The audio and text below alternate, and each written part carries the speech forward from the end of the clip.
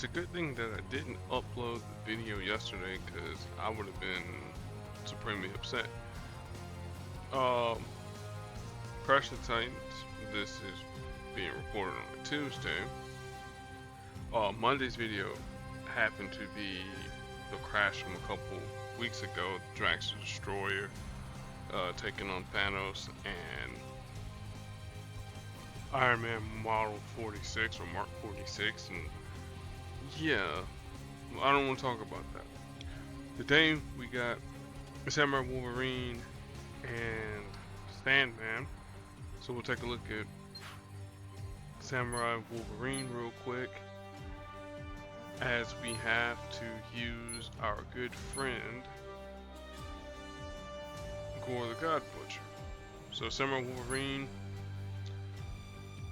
red, black, and green user, master of Iaido is his red ability that costs 8. It's both active and passive. Actively, it removes 4 enemy strike, attack, or projectiles, and you deal damage to the enemy. And for each special tile removed, you create 2 strength blue tiles.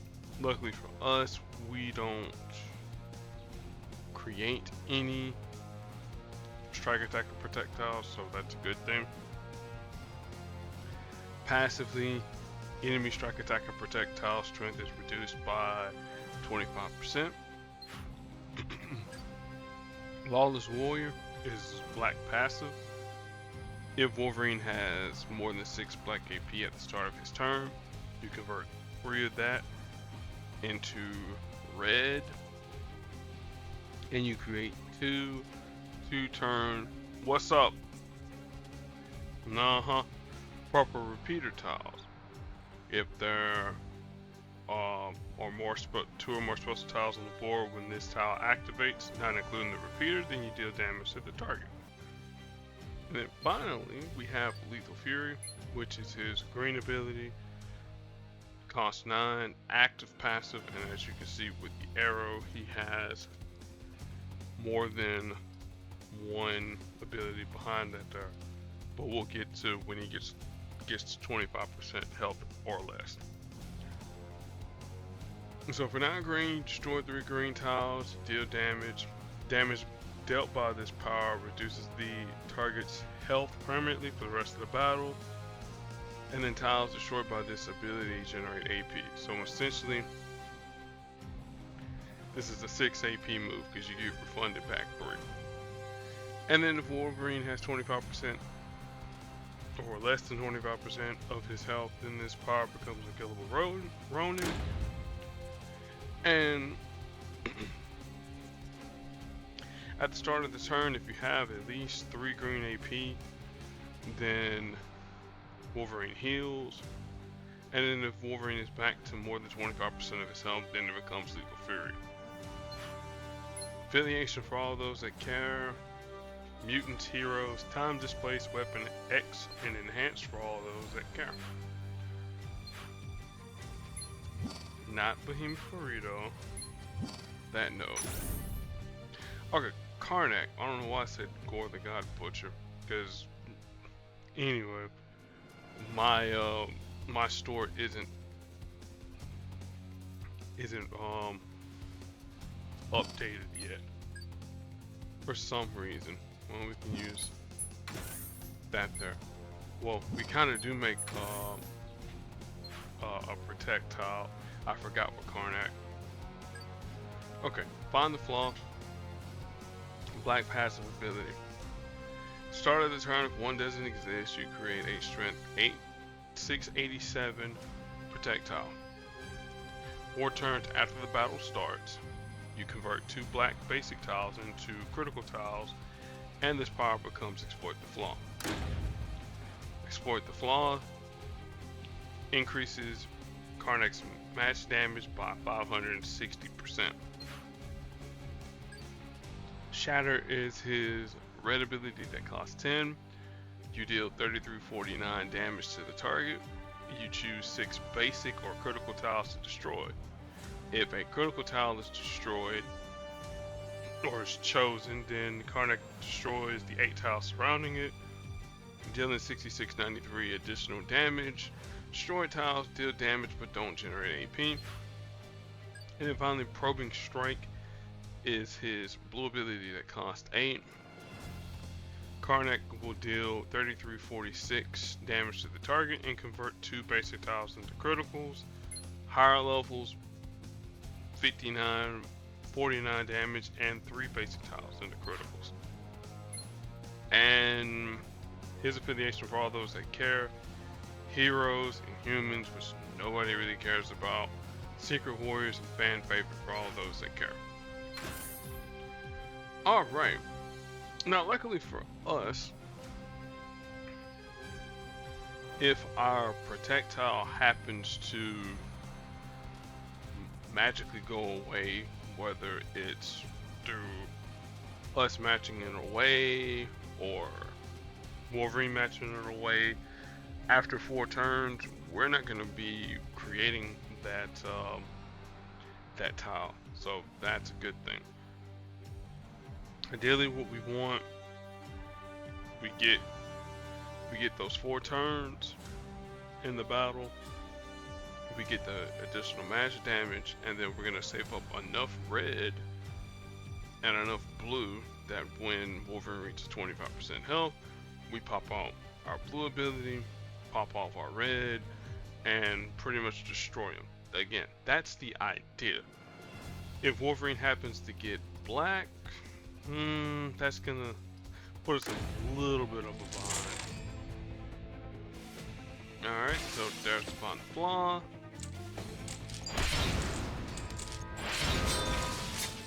Alright, let's go ahead and match this black. Or actually, let's match green going into yellow.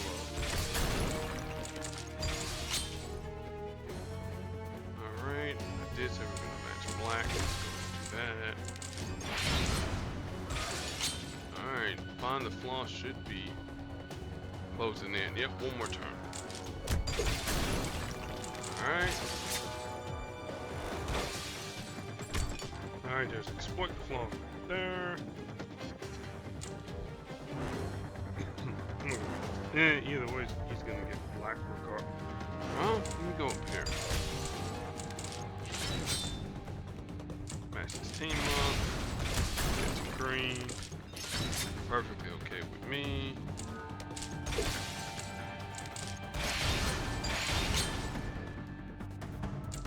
We'll match that. Again, you can have that. She'll just deal a little bit of damage to us.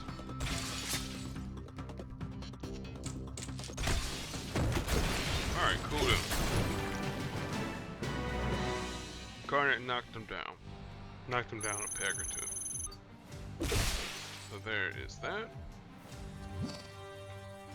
Alright, next fight is against Sandman.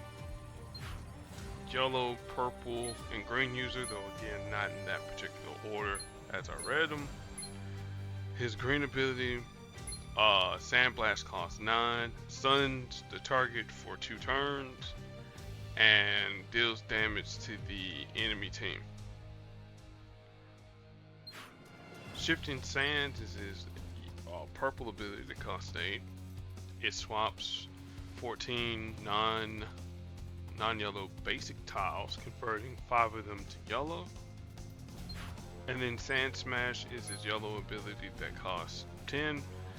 It creates 6 projectiles on the board, and then if there happen to be 6 or more friendly projectiles, then you remove all of them and you deal damage, whatever the listed damage might be.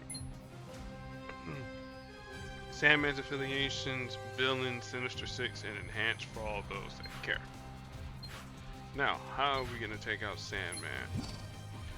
Ideally, we do not want him to gather green. He gathers green, that puts us in a stun. We don't want to get stunned. Conversely, for us, again, it's just surviving those turns.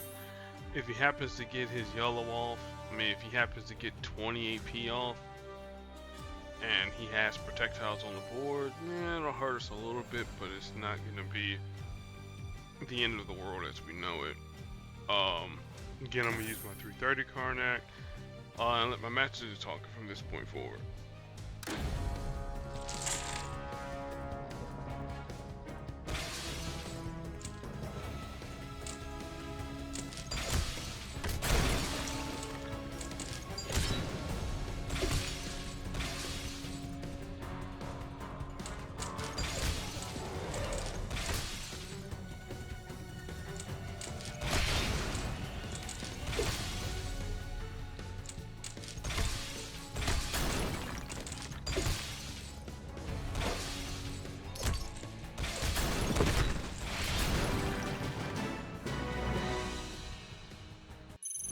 And again, that's a 330 Karnak with critical tiles and all that there. So, yay.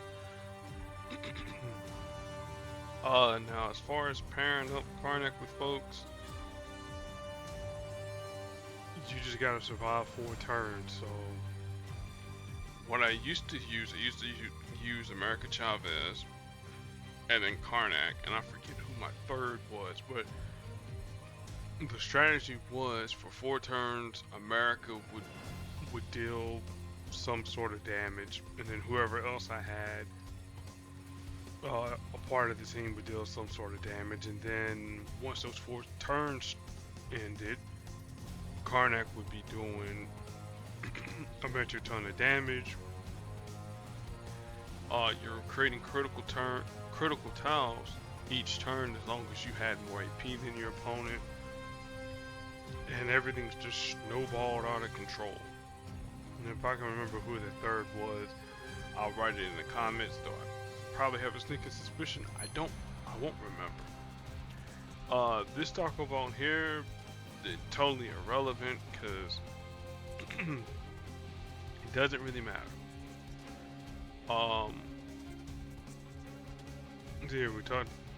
Yesterday I talked about the Bloodstone Vault.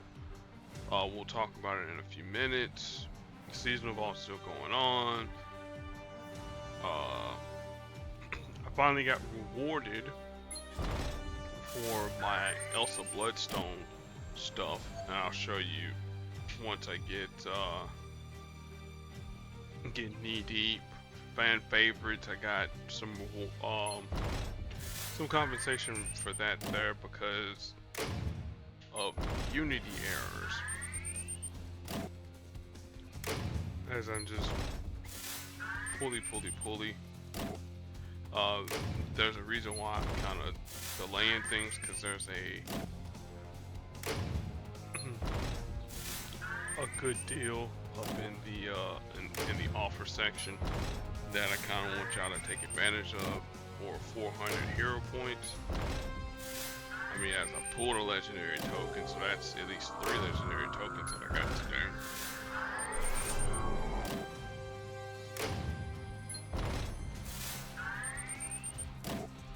Alright, more heroic tokens, because I gotta do that there to finish up my daily challenges.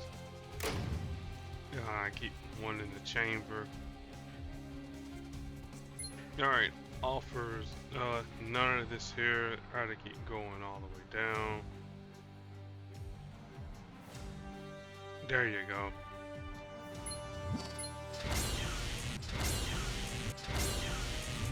So these 4 legendary tokens today. The next crash, at least 5 days, 13 hours of this recording is going to be with Namor the Submariner.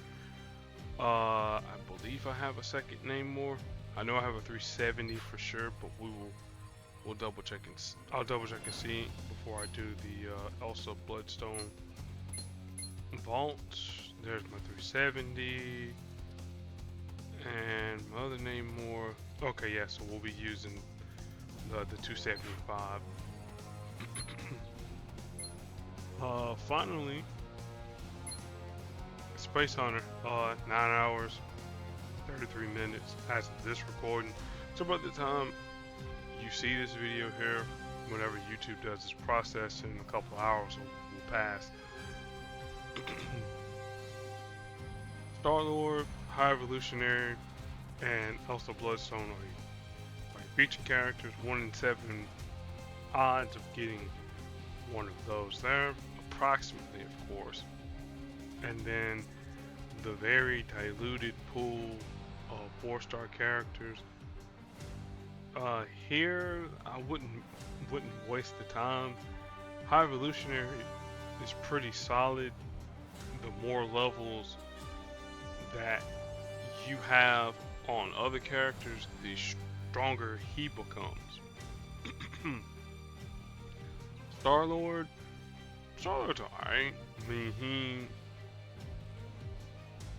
he ain't that great, but he's not really that much to brag about. I mean, you have other yellow, purple, and green users in the tier who are a little bit better. Looking at you, Cersei. Hidden Elsa, well, again, I don't really have anything to say about her because I never got a chance to play with her during her initial release. And as you can see in my rewards, hey, I finally got it. Yay, Unity. So I'm gonna go and fill up my rewards and all my claims and finish up my quest. But we will be back at it next Monday, regular scheduled time, for the Crash of the Titans, Be Excellency of Fellow Human Beings, and we're out.